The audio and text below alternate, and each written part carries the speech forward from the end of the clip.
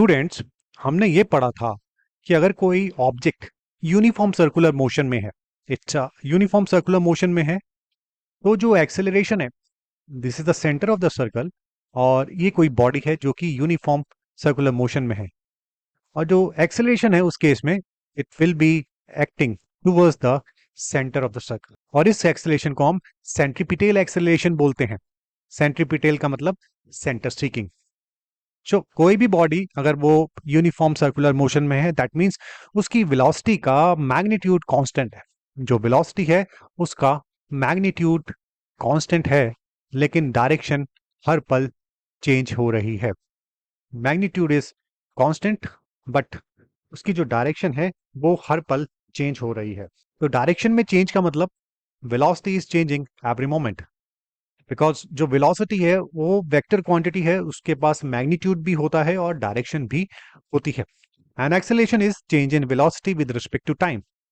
Uniform circular motion एक तरह का एक्सेलरेटेड मोशन है, और जो एक्सेलरेशन है it is acting towards the centre of the circle, जिसको हम सेंट्रीपिटल एक्सेलरेशन बोलते हैं। अब ये सेंट्रीपिटल एक्सेलरेशन की वैल्यू इज AC से मैं सेंट्रीपिटल एक्सेलरेशन रिप्रेजेंट करता हूं। अगर ये जो ऑब्जेक्ट मूव कर रहा है उसकी वेलोसिटी अगर v है, that is v square upon r, where r is the radius of the circle. So centripetal acceleration is v square upon r। और अगर हम सेंट्रीपिटल फोर्स की बात करें, so centripetal force is equal to m। ये object का अगर मैं बात करूं मास, अगर हम m ले लेते हैं, तो force is mass into acceleration. Mass हमने m लिया, acceleration is v square divided by r। तो सेंट्रीपिटल फोर्स हमारी हो जाएगी mv square upon r, and this is something which is in congruence with Newton's second law of motion. Newton second law of motion क्या कहता है? वो ये कहता है कि that is the rate of change in momentum of a body is directly proportional to the force applied. Change in momentum of a body with respect to time is directly proportional to the force applied. अब इस case में कैसे होगा? देखिए, ये body m है जिसका मास m है, and it is moving with velocity v. मान लेते हैं मैंने अपने हाथ में एक थ्रेड से एक स्टोन को मैंने बांध दिया है, और मैं उसको कुछ इस तरीके से सर्कुलर मोशन में घुमा रहा हूं, या इस तरीके से इसको घुमा रहा हूं। अगर अभी हमने कभी ये एक्टिविटी की हो तो आपको महसूस होगा, अगर आप फिंगर से थ्रेड को लेके स्टोन को घुमाओगे तो आपके फिंगर पे एक फोर्स एहसास होगा आपको। तो वो एक तरह की फोर्स है, सेंट्रीपिटल फोर्स, और this is acting at the centre of the circle.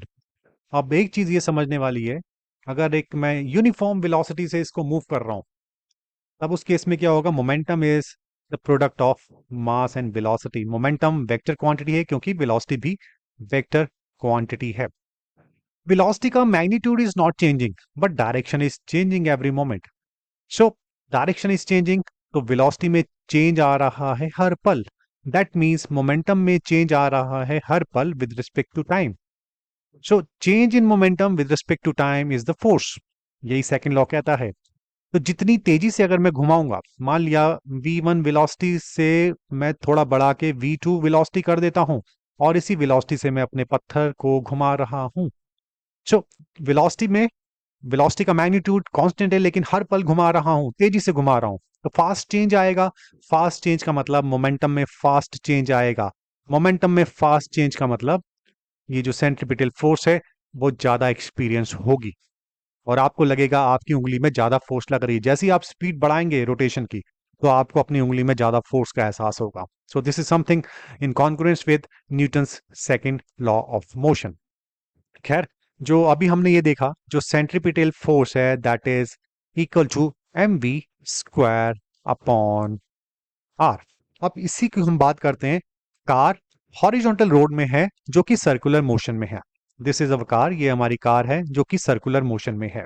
ये कुछ इस तरीके से मूव कर रही है। इट इज ये कुछ tangent to the circumference of the circle, और ये सेंटर है सर्कल का। This is the centre. Centripetal acceleration या centripetal force is acting towards the centre. This is FC, और ये उसकी वेलोसिटी है। कार का मास m है, so centripetal force is equal to m v square upon r। r is the radius of the circle.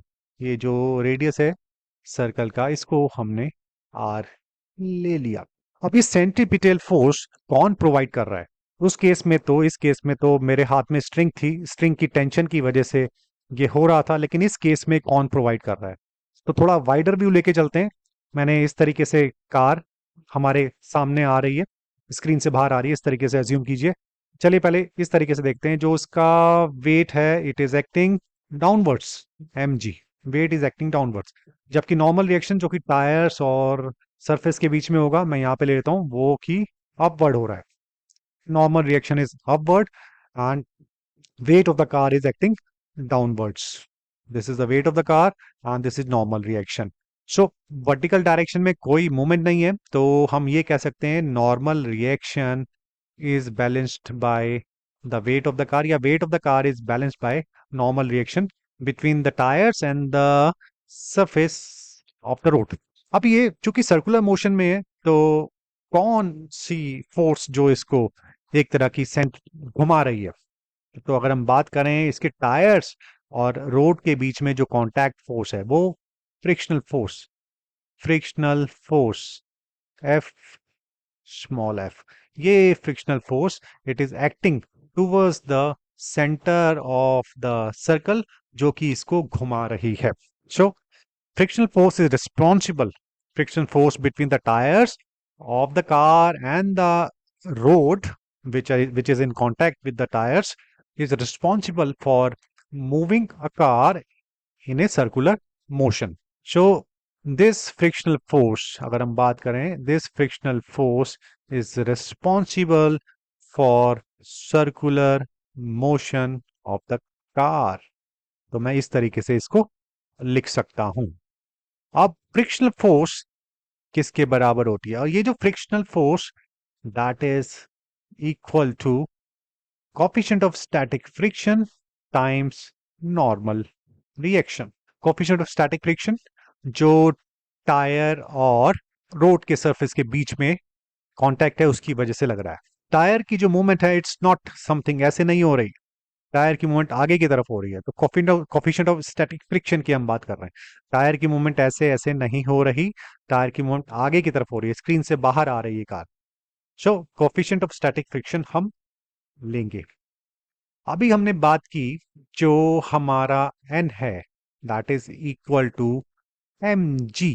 तो मैं अगर इस इक्वेशन को से 1 लेता हूं और n की जगह mg पुट कर देता हूं, तो मेरी जो फ्रिक्शनल फोर्स हो जाएगी, that is mu s times m g. Fine, इसको हम इक्वेशन 2 ले लेते हैं एंड दिस इज इक्वेशन, इसको ए ले लेते हैं। फाइन, तो अगर मैं फ्रिक्शनल फोर्स की वैल्यू 2 में जो मेरे पास आई है, अगर मैं यहां पे पुट कर देता हूं, तो मेरे पास जो वेलोसिटी है, क्या मैक्सिमम वेलोसिटी से मैं अपनी कार चलाऊं जो कि सर्कुलर मोशन में रहे, वो निकाल सकता हूं। किस तरीके से, देखिए चलिए, मैं यहाँ पे पुट करता हूँ फ्रिक्शनल फोर्स की जगह हम mu static friction into mg put करते हैं, कुछ इस तरीके से। That is mu static friction times mg is equal to m v square divided by r। अब यहाँ m और m कैंसिल आउट हो गया, और अगर हम बात करें, v स्क्वायर मेरा आ गया mu, r left hand side जाके मल्टीप्लाई हो जाएगा म्यू जी आर, या इसको मैं लिख दूं, वेलोसिटी मेरी आ जाएगी म्यू जी आर या mu r g under root. This is coefficient of static friction, coefficient of static friction. So this shows that the for a given value of static friction and r, there is a maximum speed of circular motion of car, possibly maximum speed कितनी हो सकती है? This is v max. So for a given value of r, that is radius, acceleration due to gravity and coefficient of static friction, मैं पता लगा सकता हूं कि मेरी मैक्सिमम वेलोसिटी क्या होनी चाहिए मेरी कार की जिससे वो सर्कुलर मोशन कर सके. So if we know coefficient of static friction, radius of the circular path, and acceleration due to gravity, we can find the maximum velocity with which our car can move in a circular track. Thank you.